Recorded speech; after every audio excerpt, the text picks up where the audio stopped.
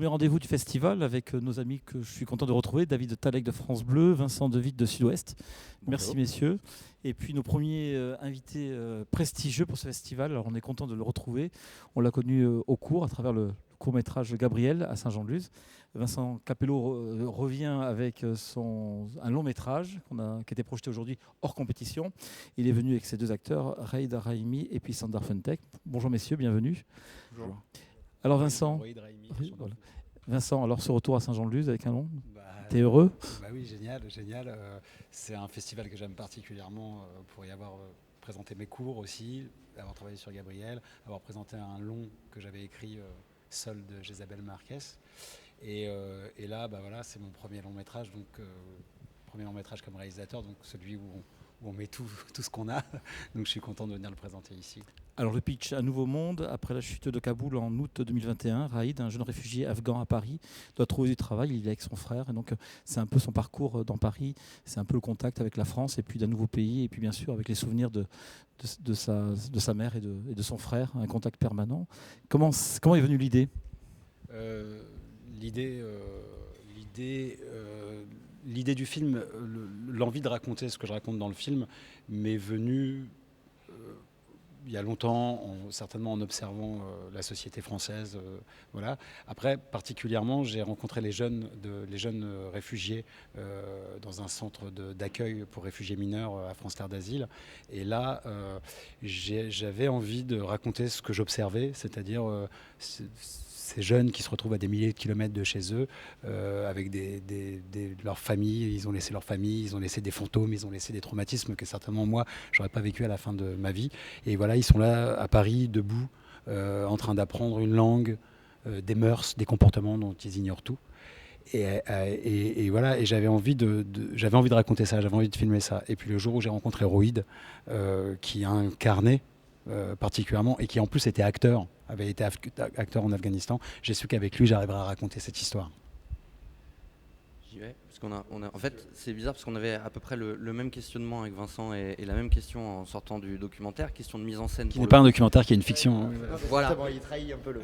J'ai fait un lapsus là-dessus pour le coup, parce que la frontière est très ténue du coup entre fiction et documentaire. C'était quelque chose qui était déjà dans votre tête au moment de l'écriture du film, ou c'est venu pendant que vous filmiez justement? C'est quelque chose qui était dans ma tête avant de filmer, et c'est quelque chose qui est dans ma tête en permanence. Mon meilleur ami qui compose aussi la musique du film, qui s'appelle Mathieu Di Stefano, dit tout le temps, la vie, elle est intéressante à la lisière. Et je trouve que à l'endroit où il y a les limites, à l'endroit où il y a les frontières géographiques, les frontières intellectuelles, les frontières, à l'endroit où il y a les limites, je trouve que c'est là où il y a beaucoup de vie de renfermer. Et j'ai l'impression qu'en brouillant les pistes, en effaçant les frontières, en les dépassant, j'ai l'impression qu'on a accès à une vitalité, à une énergie forte. Et donc du coup, c'est ce que je cherche dans ce film à travers cette forme-là, mais c'est ce que j'ai l'impression que je cherche dans ma vie en général et dans mes films en général, c'est-à-dire à trouver cet endroit où il y a la vitalité derrière les frontières et derrière les règles, j'ai envie de dire. Ça se sent dans l'écriture, mais en plus sur un point très, très particulier et qui peut être presque un détail, mais c'est le fait qu'on utilise les vrais prénoms des acteurs pour les personnages. Ça aussi, c'est je trouve que, un point qui est super intéressant. Et je trouve que c'est pas si anecdotique que ça. En ce moment, je rédige beaucoup de notes pour les prochains films, et c'est marrant que tu parles de ça parce que ça vient en permanence dans ma tête en fait. J'ai écrit des scénarios, le prochain scénario, ils jouent tous les deux dedans, ils ont d'autres noms. Et je me suis dit, mais est-ce que je vais y arriver à faire ça? Est-ce que je vais y arriver à les emmener à quelqu'un? Parce que, alors déjà, d'un point de vue technique, c'est super parce qu'en fait, on change pas de nom entre le moment où on tourne et le moment où on tourne pas. Et quand même, ce qui est formidable dans le cinéma et ce qui est formidable sur un plateau, c'est qu'on est en permanence dans cette frontière entre le réel et la fiction, quoi.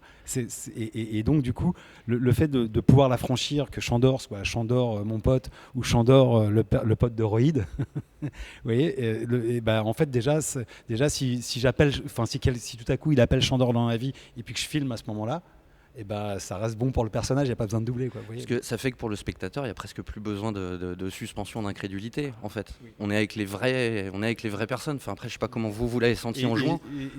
On va les laisser parler, mais j'imagine que c'est périlleux pour eux, parce que la frontière est pas facile. Et puis pour composer un personnage, quand on t'appelle comme ton prénom, voilà, dans certains des moments quand j'écris certains scénarios, je dis allez, je peux plus l'appeler Quentin, je vais l'appeler Chandor. J'écris Chandor. Et puis à un moment donné, je dis ouais, j'ai besoin de prendre un peu de distance là parce que je suis en train de trop coller à lui. Et donc je retrouve un autre nom, quoi. Voilà. Pardon, maintenant, je vous laisse parler. Moi, je me suis pas posé la question, à vrai dire.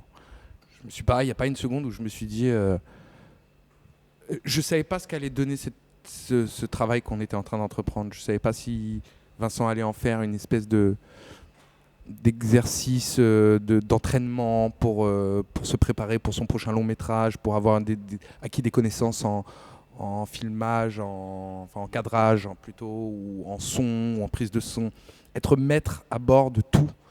Et savoir exactement où il veut aller. Donc je m'étais dit au début qu'il allait faire ça et le garder pour lui, en faire un cours. Je ne savais pas trop ce qu'il allait en faire.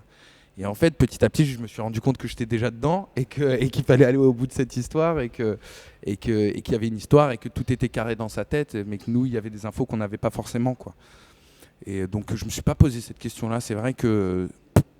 Ouais. C'est étonnant. Juste ce qu'on se demande tous à la fin de ce film, donc, c'est la frontière, on en a parlé, entre la réalité et la fiction. Cette histoire qui n'a pas vraiment de fin non plus. On est sur une tranche de vie. On a envie de vous entendre et de savoir un petit peu qui vous êtes et comment vous avez travaillé ensemble.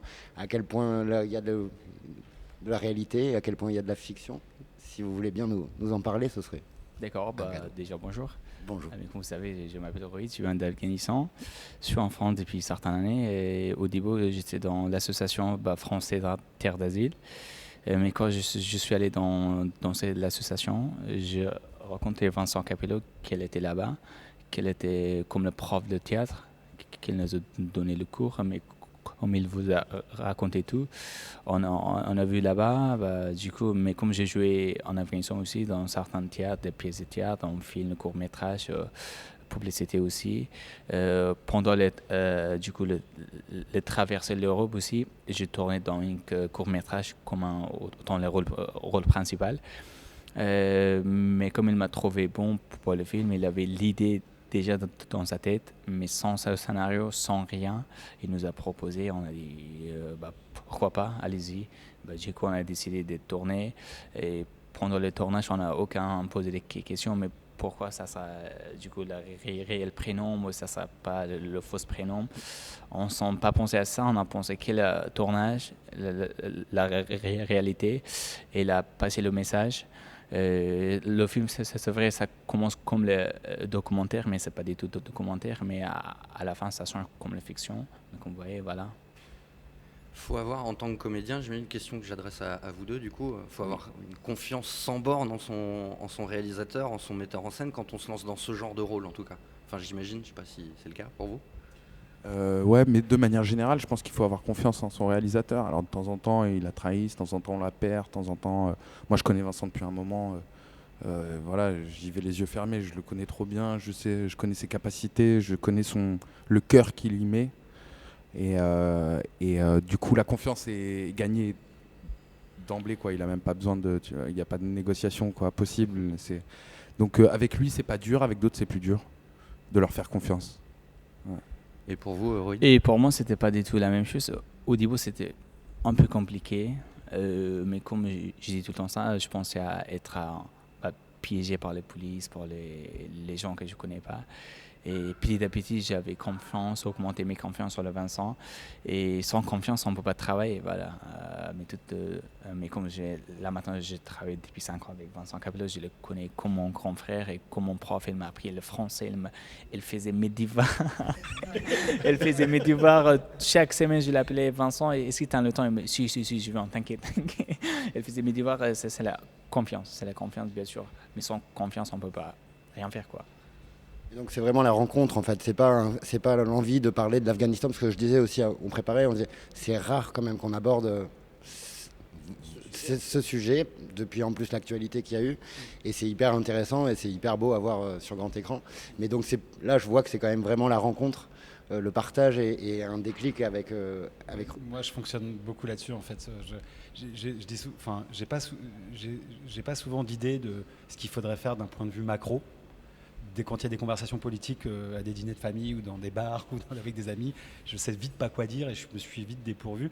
Par contre, j'ai l'impression de sentir ce qu'il faudrait faire dans ma rue ou ce qu'il faudrait faire avec les gens que je rencontre et notamment à travers les films que je fais. Et voilà. Et donc du coup, c'est avant tout une rencontre humaine, émotionnelle. Et puis, alors après, je suis très intéressé par la géopolitique dans le monde en général, mais pas forcément l'envie d'en parler dans un film. Après, il se trouve que par Roïd, j'ai eu envie. Et la poésie, et ces très beaux chants qu'on entend, qu'on ne connaît pas forcément, ça c'est pareil, c'est à quel point c'est vous qui apportez cette poésie, ou les cours peut-être que vous faisiez ensemble, je ne sais pas d'où ça vient, mais en tout cas c'est très beau dans ce film d'avoir ce côté poétique. Mais comme vous savez que là maintenant aujourd'hui, si je parle d'aujourd'hui de France, les jeunes ils ont aiment écrire de rap tout ça, mais comme ça la même pareille chose, mais en aviation ça poète. Les gens ils sont intéressés par le poète et d'écrire les poèmes. Même moi aussi je suis parti d'un des jeunes dans l'aviation, je suis intéressé par les poèmes et j'aimerais bien écrire des poèmes. Voilà. Et le jour où on avait déjà commencé à tourner et j'ai appris qu'il écrivait des poèmes. Ouais. Et j'ai dit, attends, vas-y, lis-moi tes poèmes.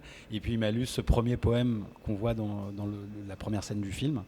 Et je l'ai un petit peu transformé parce que la métrique des poèmes afghans font qu'il y a beaucoup de répétitions et que j'avais envie que ce soit plus assimilé à une voix off. Donc j'ai retiré les répétitions, mais j'ai gardé le poème intégral que je trouve hyper fort et pour commencer le film. Et après, j'ai ponctué le film par ces poèmes. Et puis tout doucement, je les ai modifiés avec la narration, tout en gardant en substance ce qu'il disait, en essayant de garder la métrique de Roïd et certaines phrases fortes, et puis je modifiais pour la narration. Et quand au montage, à un moment donné, il m'a dit « T'as réussi à réécrire comme je l'aurais fait », j'ai été hyper bien parce que je me suis dit « Voilà, c'était pas gagné cette histoire ».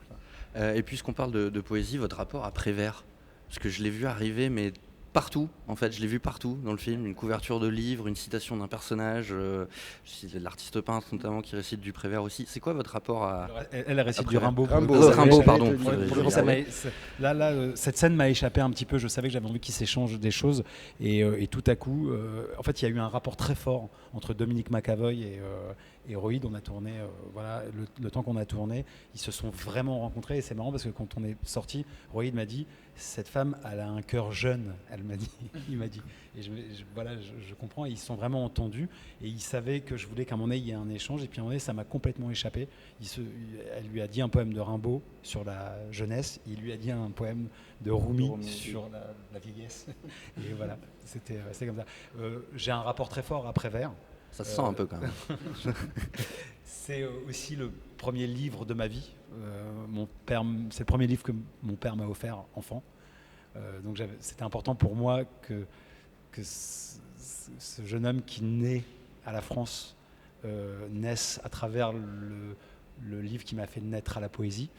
Et puis de façon technique, c'est plus simple. Enfin, Prévert, c'est quand même très accessible. Et puis ça dit des choses. Alors en plus, je sais que Houellebecq le déteste.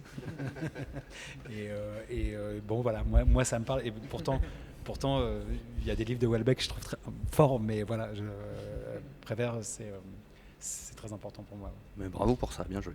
Et votre future collaboration alors ? Notre future collaboration, le film est écrit. Ça s'appelle Dernier Appel. C'est distribué par Bac Film. Et Nouveau Monde est un peu comme un préquel de Dernier Appel. Alors ça va être tourné pas du tout dans les mêmes conditions, même si je compte inventer un procédé qui ira avec la façon de raconter l'histoire.